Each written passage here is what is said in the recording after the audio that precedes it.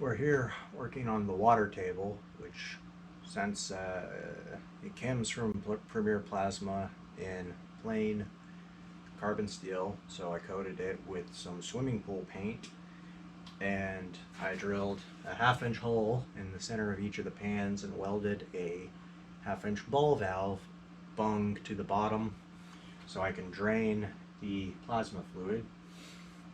I'm installing the last of the bolts that hold the four quarters of the table together.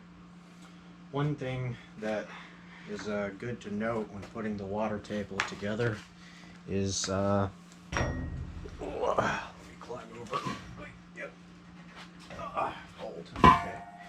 So when I caulked the other sides, I went along the top of the seam, since the water, that's the joint the water's going to run. What I didn't take into account was around each of these holes, you really need caulk so water doesn't go around the bolt through the hole and then out. So I've already assembled 3 sections of the table, and I didn't do this. Will it leak?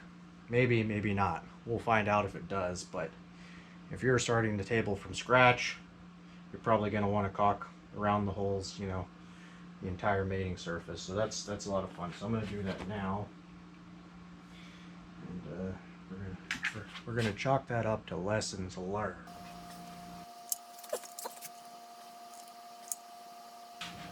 We have our fixed in place gasket, as they like to call it at some of the auto plants.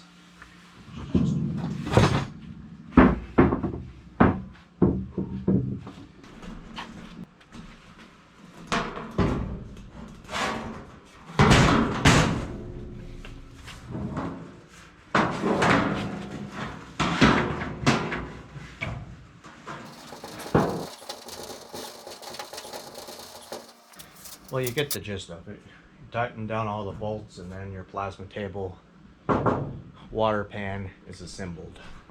So I finally got my water table together, and instead of getting some kind of fancy plasma cutting fluid, I'm going to try something I read on the internet about borax and water. So I got about 4.5 gallons of water. I poured about 3/4 cups of borax in there and test the pH with a pull strip, and it looks like it's above 8.5.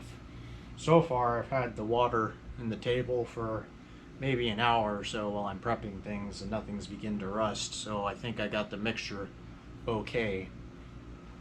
Next, I'm going to begin calibrating the floating head so the machine knows when it touches off to the material.